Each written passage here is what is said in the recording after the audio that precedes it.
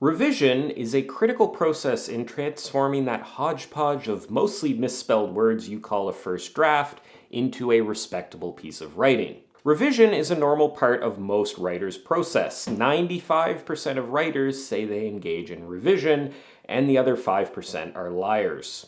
But just like the moon, the force, and an overcooked grilled cheese, revising your novel can have a dark side. When done poorly, revision does not improve your work, but actually actively harms it. Many a writer has set out on their revision journey with a vision to improve their work with precision, only to later regret that decision. So let's talk about some of the ways that revision can actually be a bad thing. Let's talk about the dark side of revision and how to avoid it. One major problem that can happen with revision is revising at the wrong level too early. The revision process can basically be broken down on a sort of spectrum, moving from big revisions to smaller revisions.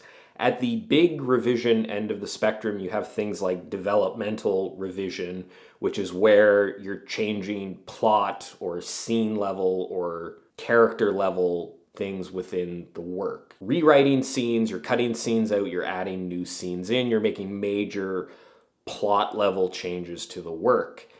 And then at the other end of the smaller changes end of revision, you have things like copy editing, where you're working on the prose and the individual sentence structure, all the way down to things like proofreading and formatting and very sort of fine, minute little changes to the prose and how the work is structured. Now, obviously, if you're doing spell checking or line editing before you finish developmental revisions, that's just going to be a waste of effort because you are going to be fine-tuning scenes that might be cut or very substantially modified later on.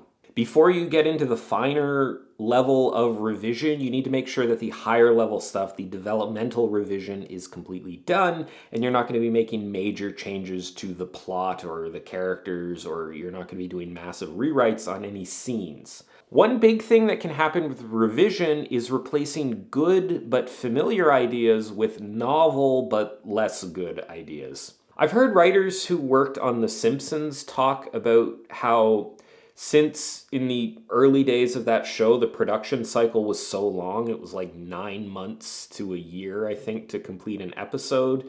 Because the production cycle was so long, they would spend months going over the same script. And what would commonly happen is that a joke that was funny in the beginning would become less funny after they saw it a dozen or so times. So they would replace this with a new joke, not realizing that they had just become familiar with the original joke and it might have been better than what they replaced it with. Completing something like a novel requires you to become so familiar with the story and to go over it so many times that it's bound to lose some of its impact.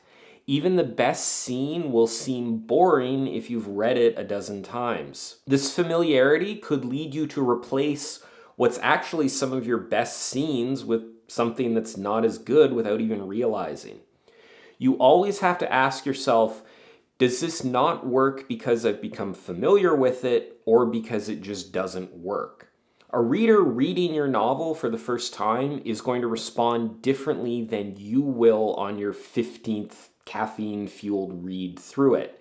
You can't confuse novelty with quality, and you can't confuse familiarity with a lack of quality. Another place where revision can be not good is when you overcompensate for the problems that you discover. We all likely have things we need to do more of or less of in our writing. And it can be problematic when we recognize a legitimate problem but go way too far in fixing it. I have this idea in my head that I write way too much dialogue and not enough description. So naturally, I've made an effort to try and write more description.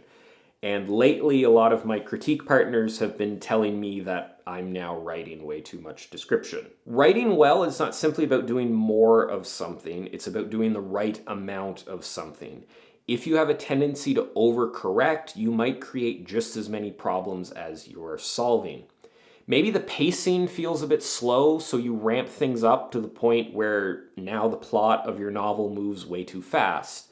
Maybe one character was getting way too much page time, so you bring some other characters in, but now the first character's arc feels rushed because they aren't getting as much page time. Save the overcompensation for your sports car and your leather jacket. For your writing, address problems, but try to do it in a balanced way. Now, finding problems to revise is obviously a crucial part in the process, and how you find those problems is really important. Simply going back and rereading what you've written after it's finished will find a lot of problems.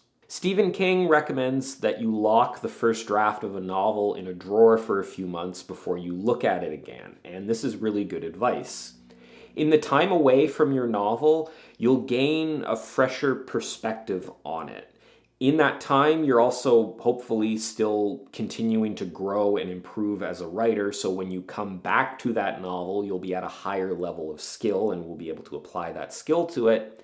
And also, in the time away from it, your mind will be thinking about the novel, probably, on some kind of unconscious level. So there will be some work happening behind the scenes, and some of that work should yield results. All of this means that when you eventually come back to your project, a lot of the problems will jump out at you in a way that they didn't before. But if you only rely on yourself to find problems in your work, there's a good chance that you will remain blind to a lot of the problems in your writing. This is why having other people read your work and give you feedback on it and incorporating that feedback into your revision process is really important.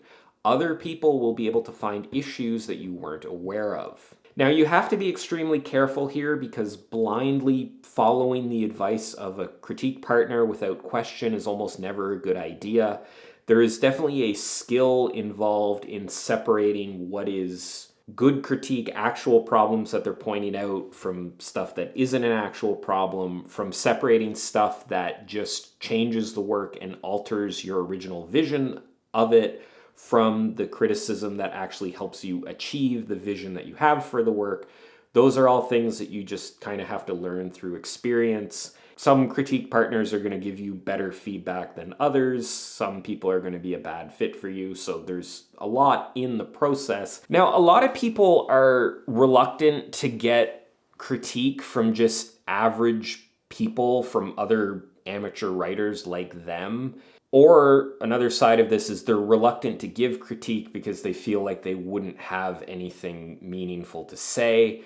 And I think there's some truth to this, but you also have to remember that an average person might not be able to give you incredible insight into the workings of your story, but you have to remember that average people are, on average, the people who are going to be reading your work. So understanding how they respond to your work is a critical step to improving it. Learning to properly use feedback from someone else is a skill that all writers need to develop, and what goes along with that is the ability to give good feedback as well. Now, revision is typically something that's assumed to happen after a draft is completed, but it's also possible to revise as you're writing, and this can be problematic for a few reasons.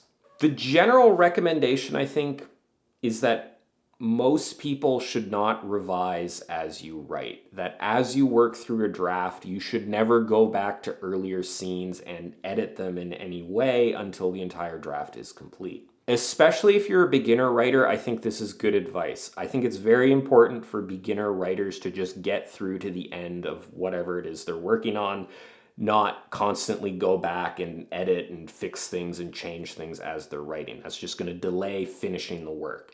It's very easy to get into this spinning process of not making any progress because you're constantly going back and making changes. You are always going to have things that need to be fixed earlier on in a novel. You are never going to be able to predict every single problem that's going to come up in the plot or with the characters.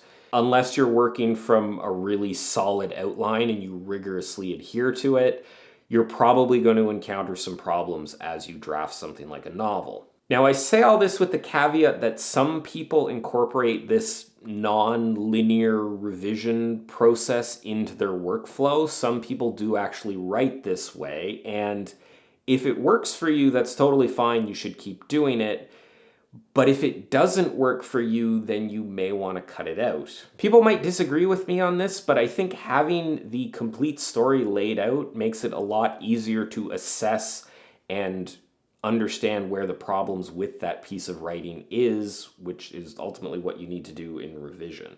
Anyway, speaking of reaching the end of things, we've reached the end of this video. If you have any thoughts about revision, or if there are any revisions I could have made to this video, please share them in the comments down below. Please also remember to subscribe to the channel. Thanks for watching, and I'll see you next time.